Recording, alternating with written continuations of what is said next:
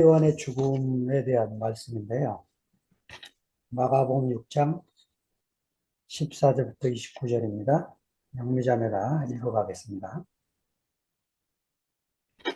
예, 예수의 이름이 드러난지라 헤롯 왕이 듣고 이르되 이는 세례 요한이 죽은 자 가운데서 살아났도다.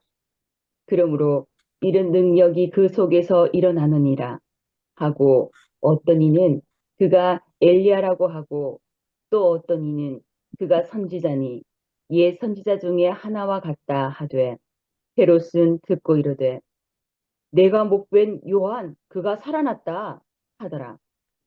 전에 헤롯이 자기가 동생 빌립의 아내 헤로디아에게 장가든 고로 이 여자를 위하여 사람을 보내어 요한을 잡아 옥에 가두었으니 이는 요한이 헤롯에게 말하되 동생의 아내를 취한 것이 옳지 않다 하였음이라. 헤로디아가 요한을 원수로 여겨 죽이고자 하였으되 하지 못한 것은 헤롯이 요한을 의롭고 거룩한 사람으로 알고 두려워하여 보호하며 또 그의 말을 들을 때에 크게 번민을 하면서도 달갑게 들음이러라. 마침 기회가 좋은 날이 왔으니 곧 헤롯이 자기 생일이 대신들과 천부장들과 갈릴리의 귀인들로 더불어 잔치할세 헤로디아의 딸이 친히 들어와 춤을 추어 헤롯과 그와 함께 앉은 자들을 기쁘게 한지라. 왕이 소녀에게 이르되 무엇이든지 네가 원하는 것을 내게 구하라 내가 주리라 하고 또 맹세하기를 무엇이든지 내가 내게 구하면 내 나라의 절반까지라도 주리라 하거늘 그가 나가서 그 어머니에게 말하되 내가 무엇을 구하리이까? 그 어머니가 이르되 세례 요한의 머리를 구하라 하니 그가 곧 왕에게 급히 들어가 구하여 이르되 세례 요한의 머리를 소반에 얹어 곧 내게 주기를 원하옵나이다 하니 왕이 심히 근심하나 자기가 맹세한 것과 그 앉은 자들로 인하여 그를 거절할 수 없는지라 왕이 곧 시위병 하나를 보내어 요한의 머리를 가져오라 명하니 그 사람이 나가 옥에서 요한을 못 베어 그 머리를 소반에 얹어다가 소녀에게 주니 소녀가 이것을 그 어머니에게 주니라. 요한의 제자들이 듣고 와서 시체를 가져다가 장사하니라. 아멘. 14절 시작이 이에 예수의 이름이 드러난지라 이렇게 써있죠. 헤롯이 들은 것은 제자들의 활동이었겠죠. 그런데 이제 드러난 것은 예수님의 이름입니다. 우리가 지나간 자리에 예수님의 이름이 드러나느냐, 내 이름이 드러나느냐 하는 것은 나라는 사람이 어떤 사람인가 하는 문제겠죠. 사도 바울이 감옥에 쓴 편지 중에 빌립보서 1장 20절에서 21절 말씀이 생각나네요. 나의 간절한 기대와 소망을 따라 아무 일에든지 부끄럽지 아니하고 오직 전과 같이 이제도 온전히 담대하여 살든지 죽든지 내 몸에서 그리스도가 존귀하게 되려 하나니 이는 내게 사는 것이 그리스도니 죽는 것도 유익함이니라. 바울은 아마 부끄럽지 않았던 삶을 살았던 것 같은데 저는 돌이켜보면 참으로 부끄러운 순간들이 많은 사람이었는데 그러나 그렇게 부끄럽게 살았지만은 내 몸에서 그리스도가 존귀히 되기를 원하는 이 마음은 동일한 마음으로 살아온 것 같습니다. 이 예수의 이름이 드러난 이 사건을 보면서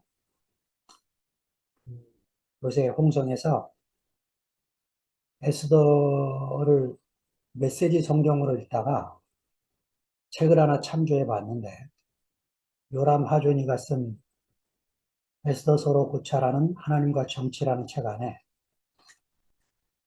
아주 잊을 수 없는 한 문장이 나왔어. 제가 옮겨 적었습니다.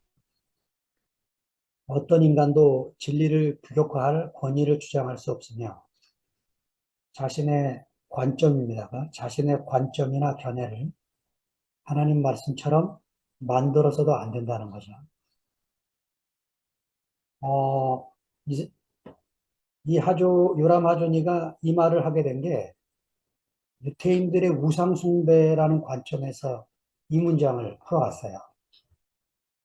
우리가 우상 숭배하면 바깥에 있는 무슨 형상이나 모양을 생각하기 쉬운데 이렇게 자신의 관점을 하나님의 말씀처럼 만들고 자신의 견해를 하나님 말씀으로 주장하게 되면 이런 게 이제 우상을 만드는 작업인 것을 표현하는 것을 보면서 제게 대단히 중요한 인상 깊은 문장이 됐습니다.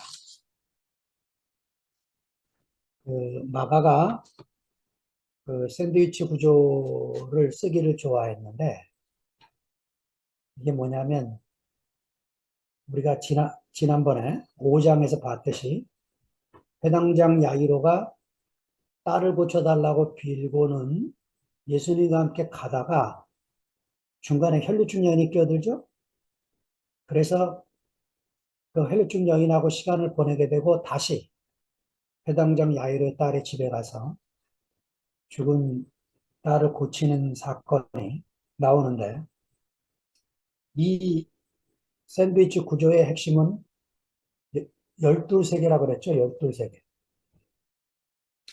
자, 12세계는 어떤 세계냐면 하나님이 이 땅에서 이루시려고 하는 공동체, 예수의 공동체가 12세계죠. 그래서 혈류증 여인도 12회를 앓는 여자였고 야이로의 딸 나이도 12살이고 예수님이 이미 병을 고쳤으니까 가면 될 텐데 돌아서서 누가 내 몸에 손을 댔냐? 내 옷을 누가 만졌냐? 이렇게 질문을 하신 다음에 이 여인에게 했었던 말이 딸아, 내 믿음이 너를 구원하였으니 평안히 가라. 이 딸아, 관계의 언어죠.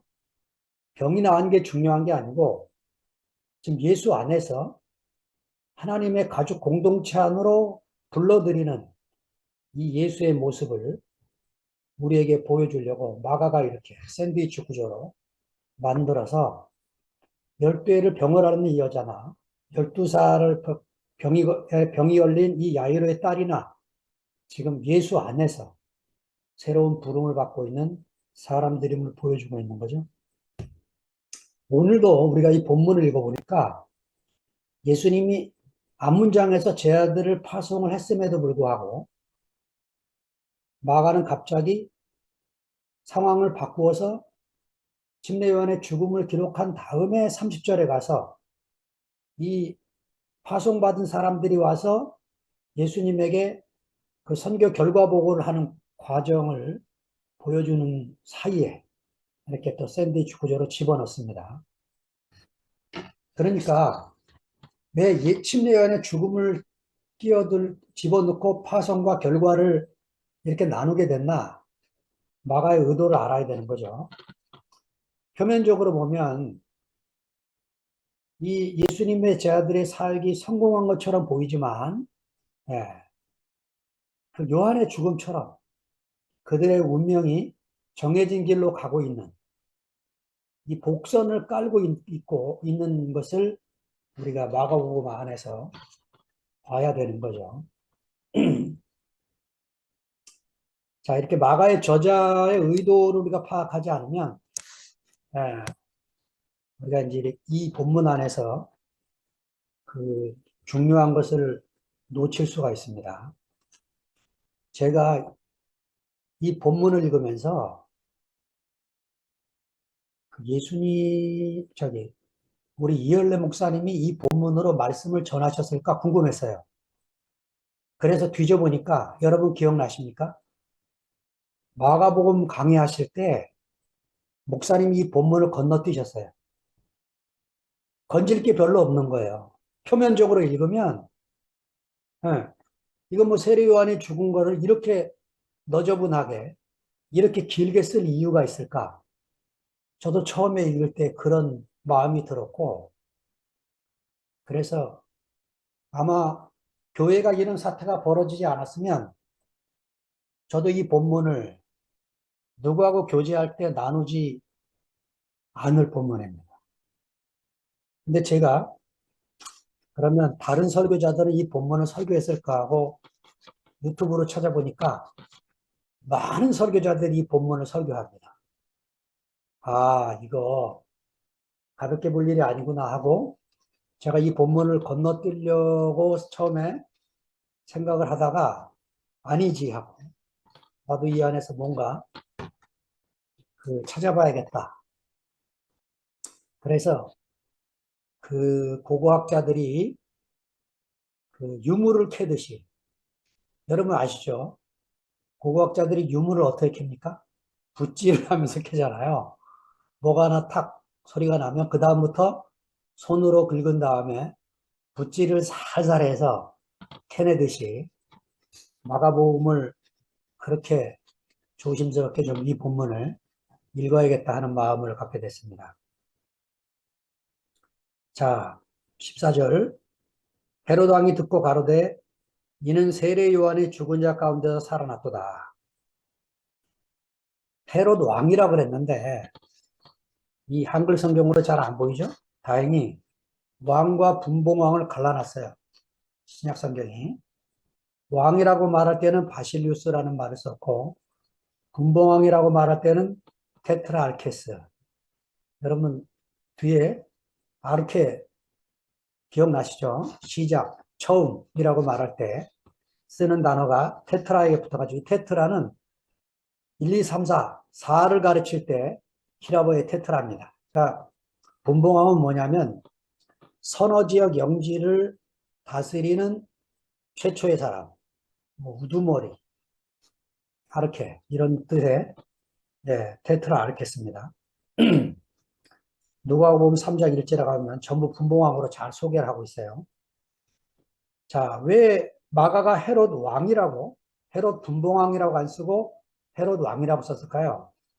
예, 이 헤롯 안티파스가 어떤 성향의 사람인지를 보여주기 위해서 이렇게 바실루스라고 하는 단어를 쓰고 있는 거죠. 제가 뒤에 이제 헤롯 대왕의 이 족보, 가계도를 보면서 보충을 하겠습니다.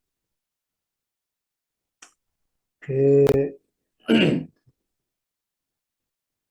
어, 성서를 문자로만 읽으면 안 되는 이유가 뭐냐면, 문자로 대부분 읽게 됩니다. 문자로 대부분 읽게 되는데, 어떤 거는 문자로 읽으면 안 돼요. 이 본문처럼. 이게 문자로 읽으면, 헤롯 왕이 혼잣말 하는 거를 마가가 어떻게 알았을까요? 그것도 5, 60년이나 지난 기록을 쓰는데, 이걸 어떻게 기억해냈을까요? 이거는 마가가 들은 말이 아니죠. 아닙니다. 그런데 16절에 이 말을 더 구체적으로 해요. 그러는 걸 보고 마가가 지금요, 무슨 의도를 갖고 지금, 세례 요한이 죽은 자 가운데 살아났도다. 이 말을 마가가 의도적으로 쓰고 있는 것을 보게 되는 거죠. 자, 15절을 읽습니다. 어떤 이는 이가 엘리야라 하고 또 어떤 이는 이가 선지자니 옛 선지자 중에 하나와 같다 하되. 자, 이 문장 안에 보면요. 15절 문장 안에 보면 유대 사회에서의 그 민간신앙, 특별히 갈릴리 지역에 이 사람들이 믿고 있는 종말에 대한 기대, 이것이 보여지고 있는데 이 종말에 대한 기대는요.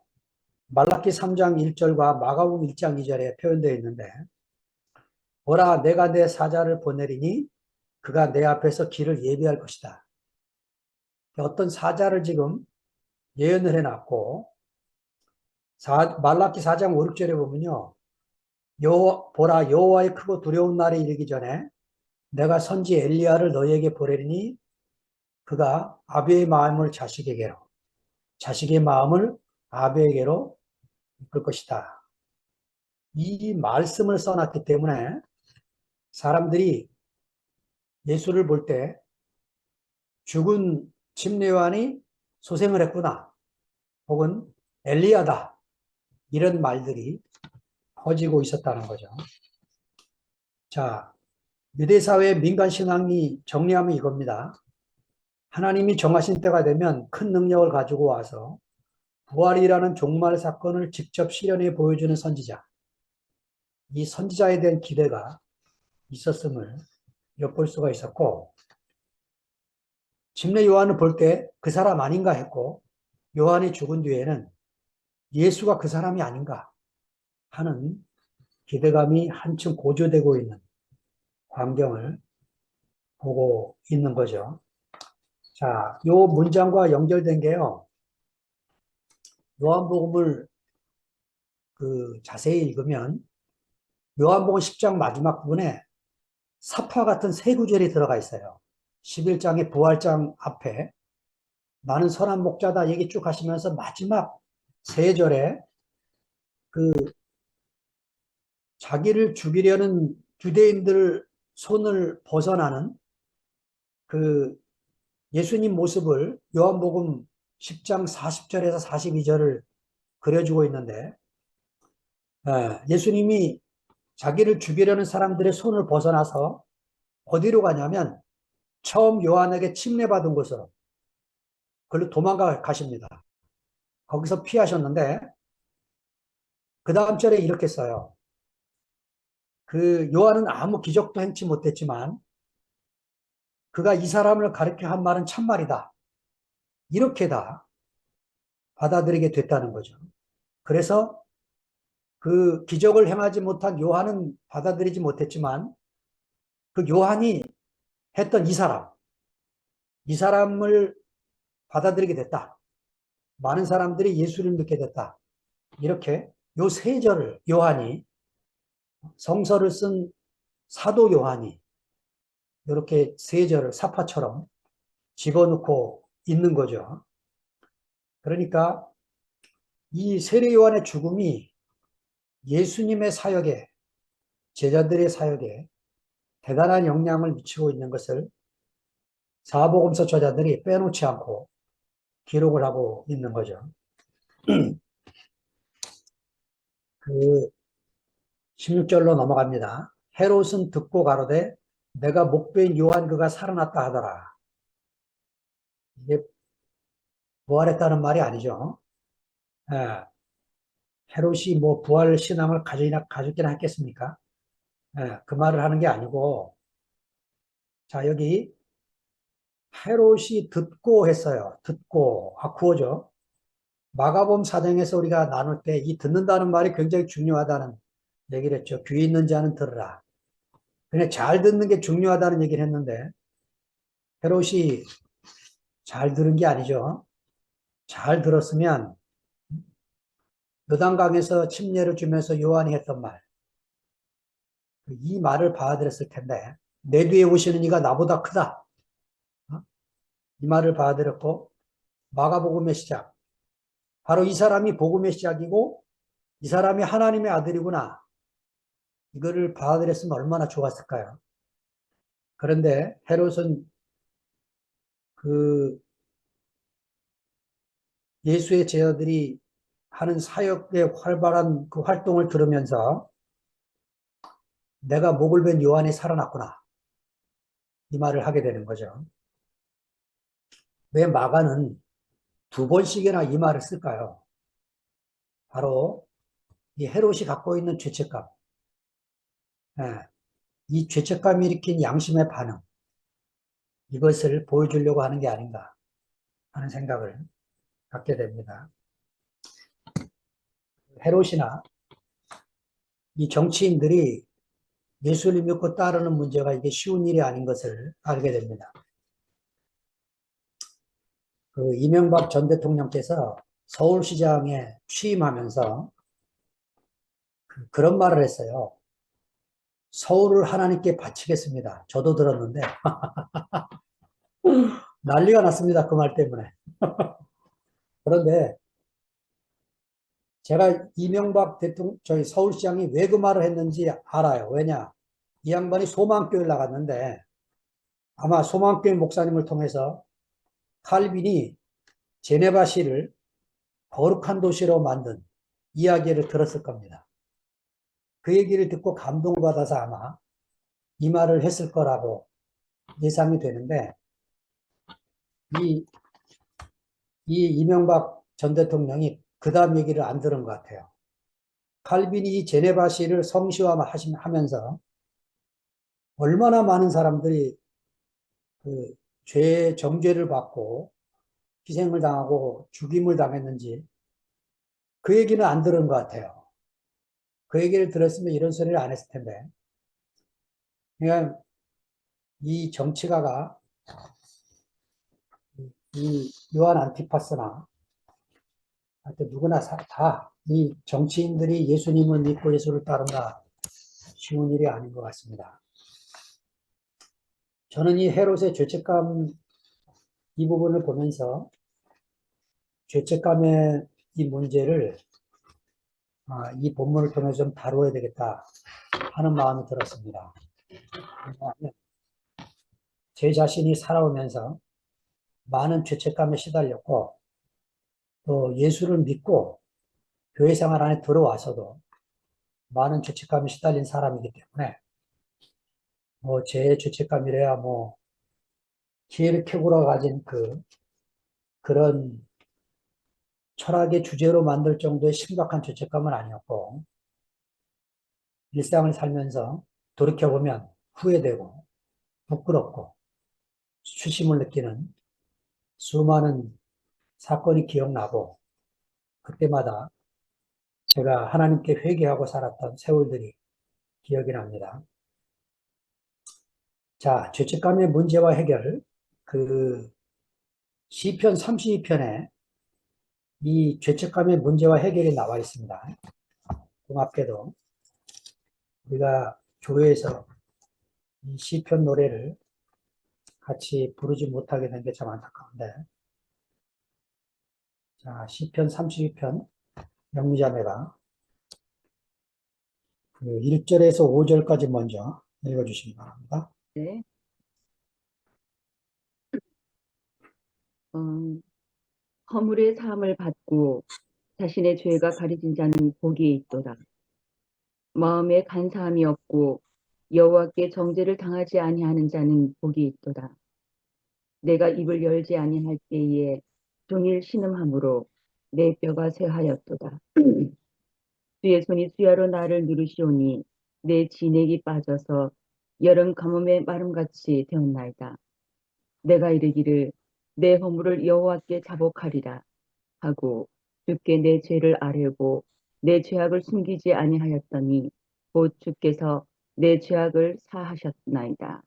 아멘.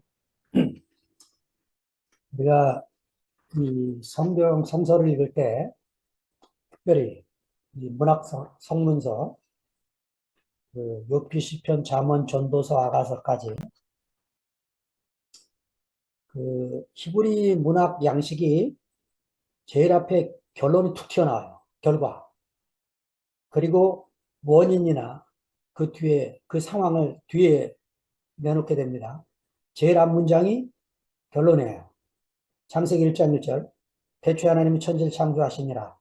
해놓고는 어떻게가 이제 뒤에 나오는 거죠. 어떻게 창조했는지. 이게 히브리 문장의 특징이에요. 시편에서도 이제 이 귀납적인 방법을 썼는데 1, 2절이 결론입니다. 허물의 사함을 얻고 자신의 죄의 가림을 받은 사람 복이 있다.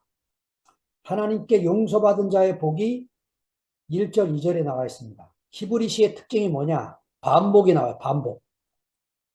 앞에 문장을 다른 단어로 또 이야기하는 이 1 플러스 1이 나오는 게 저기 히브리시의 특징입니다. 1절과 2절은 같은 내용을 다른 말로 표현하고 있는 거죠. 그 다음에 3절, 4절은 죄책감이 일으킨 상태가 나옵니다. 죄책감이 일으킨 상태. 어떤 상태입니까? 종일 신음했다. 뼈가 쇠했다.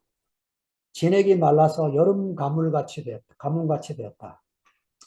이렇게 이제 죄책감이 자기 안에서 부정적인 상황을 어떻게 만들어내는지를 고백을 합니다. 중요한 것은 이제 어떻게 해결했냐는 거죠. 죄책감을. 5절에 보니까 내가 이르기를 내 허물을 여호와께 자복하리라 하고 주께 내 죄를 아뢰고 내 죄악을 숨기지 아니하였다. 그랬더니 주께서 내 죄를 사해 주셨다. 이렇게 고백을 합니다. 제가 왜 이 문제를 좀 시간을 짧지만 들여서 말씀을 드리고 싶었냐면 제 주변에 이 죄책감과 수치심 때문에 제 나이 또래에 가장 가까운 사람이 자살을 했어요.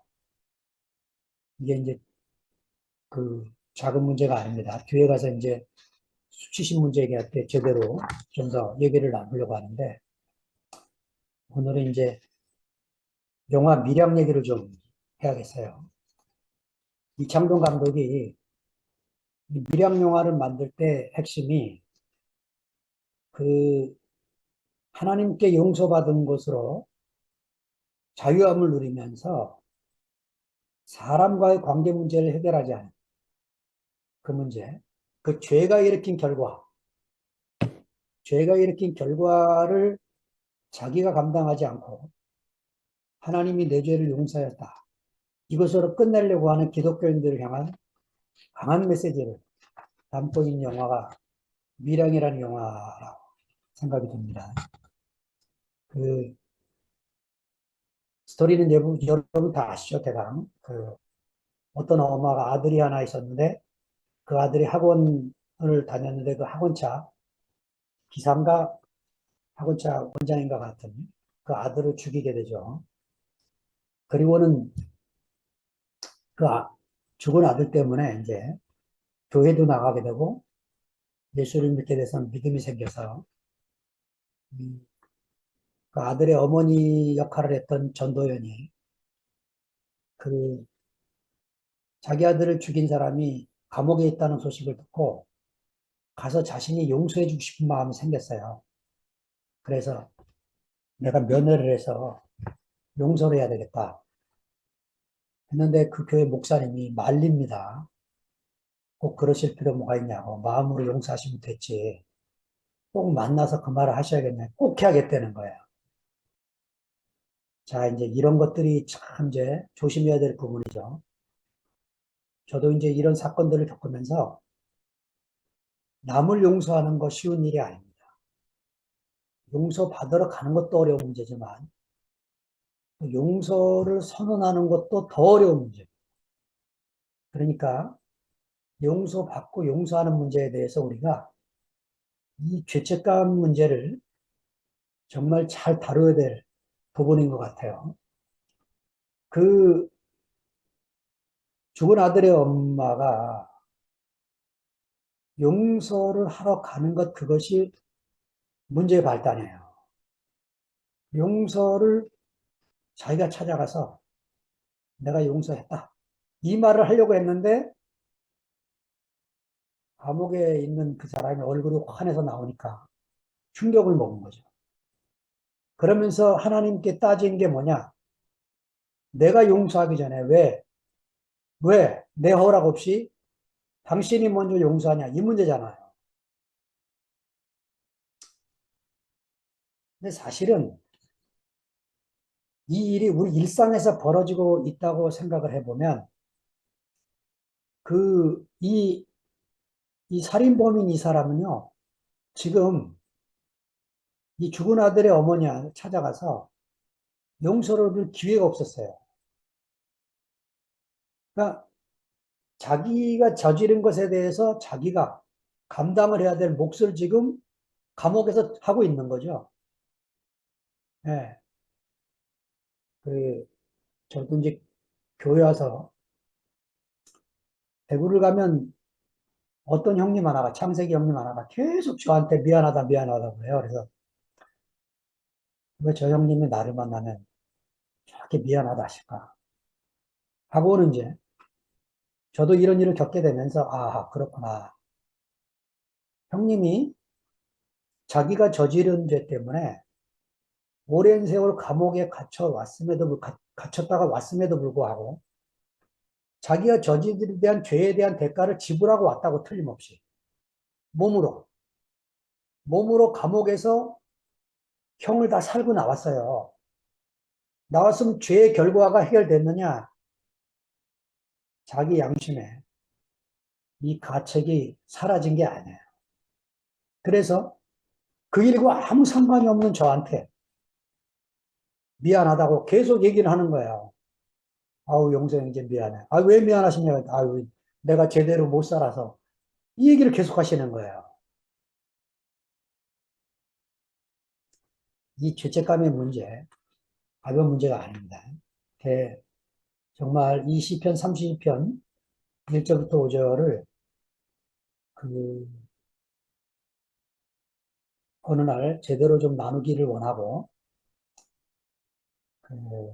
이 시인이 이 말씀 안에서 무슨 얘기를 지금 담고 있느냐 이런 얘기죠. 하나님의 은혜, 자기에게 온 하나님의 은혜, 자기의 허물, 자기의 이 죄를 사함받게 된 그 내용물, 그 사이에 껴있던 자신의 죄책감, 이게 어떻게 해결되어 있는지를 이 문장을 담고 있는 거죠. 하나님의 은혜는 세상의 아픔과 슬픔의 물줄기를 따라 흐르기 시작해서 죄책감으로 자학의 감옥에 있는 사람들 사이를 통과해 마침내 망망대해 같은 하나님 마음에 도달하도록 우리를 이끄신다는 거죠. 그래,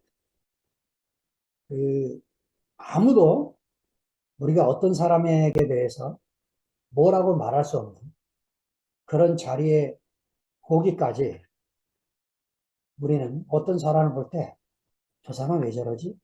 왜 저랬지? 왜 저래 놓고 또 저렇게 살지? 이런 판단이 우리 안에서 계속 일어나게 되는 거죠. 근데 이제 그 일을 저질렀고 그렇게 살고 있는 그 사람은 아마 그 하나님의 크신 은혜가 자기에게 임하지 않으면 예, 이 문제에서 해방을 받는 일이 쉬운 일이 아니고 하나님의 은혜가 그에게도 정말 넘쳐서 그가 그렇게 살게 되게 된 이유를 언제 발견하게 되느냐?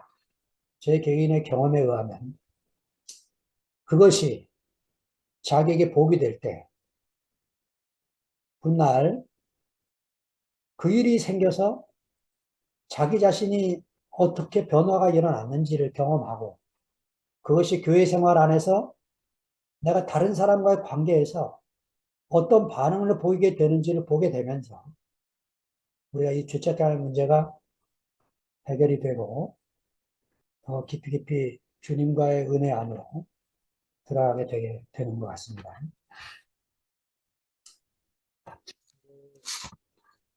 17절, 18절 여기까지만 읽고 네,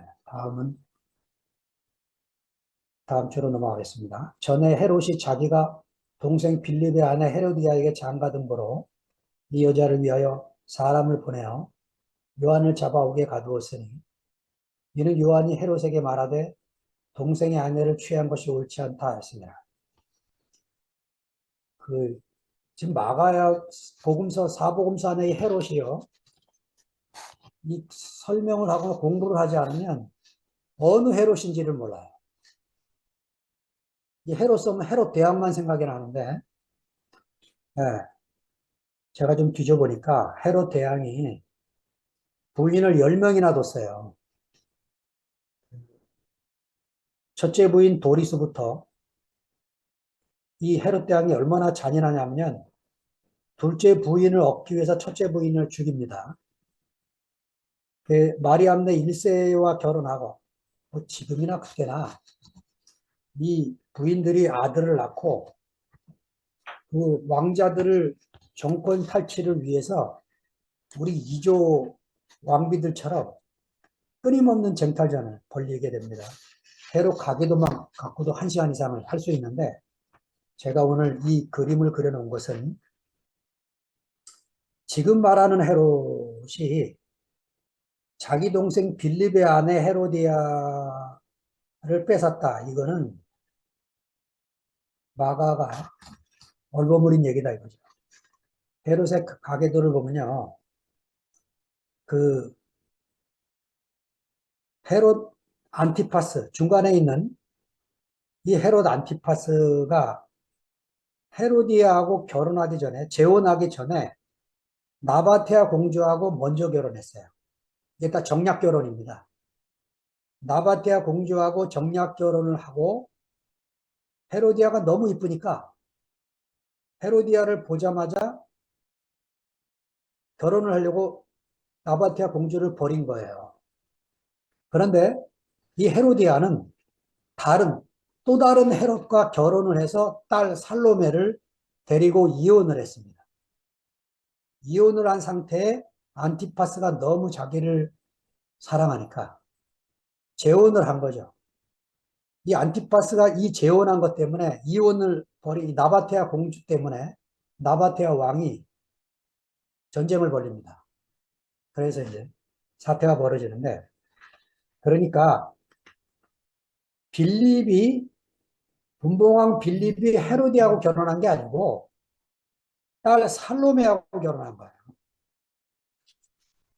근데 왜 마가가 이렇게 쓰고 있냐 이거예요. 왜 마가가. 학자들이 마가의 기록을 별로 신용을 안 하고 있는데, 저는 이제 마가의 관점에서 보니까 그, 그 헤롯이, 그 헤롯이라는 거죠. 그 헤롯이. 여기 5번에요.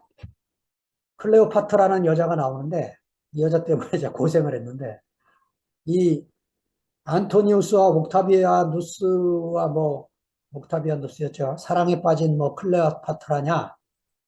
한참 뒤졌는데, 그 여자는 클레오파트라 7세고, 이 클레오파트라는 예루살렘 클레오파트라입니다. 아마 이 여자도 대단히 미인이었던 거 같아요. 그래가지고 분봉한 필립하고 그 필립을 낳아서, 아들을 낳아서 살로메하고 결혼을 했는데, 왜 이 헤로디아를 뺏었다고 썼는지, 제가 그래가지고 제 마지막 때 그렇게 썼습니다. 권력을 쥔 헤롯 집안의 사람 모두가 그렇고 그런 사람이라는 것을 조롱하기 위해서 비빔밥처럼 헤롯 가문의 가계를 대강 기록하고 있다는 거죠. 그러니까 요세푸스의 기록은 역사적인 기록을 했지만 이 마가의 기록은 그런 역사적인 기록을 하려고 쓴 게 아니에요.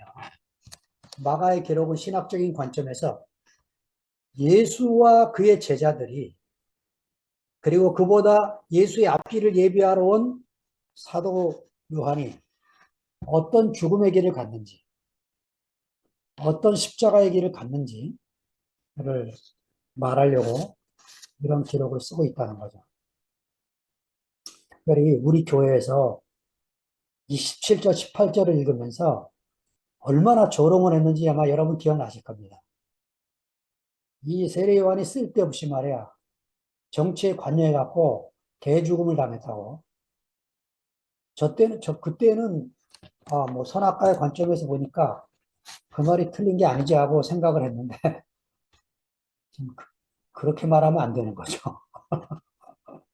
어, 우리가 이제 한 사람은 우상숭배하고, 그리고 따라 살다 보니까 말도 안 되는 얘기를 하고 살았는데, 이렇게 깨어나고 나니까 우리가 이제 할 말, 안 할 말을 고르지 않으면 안 되는 그런 사람들이 됐고, 어, 성서의 기록을 그 저자의 관점에서 왜 이렇게, 다음 주에 다시 얘기하겠지만은, 이 긴 문장을요, 누가복음은 3줄로 줄여버려요.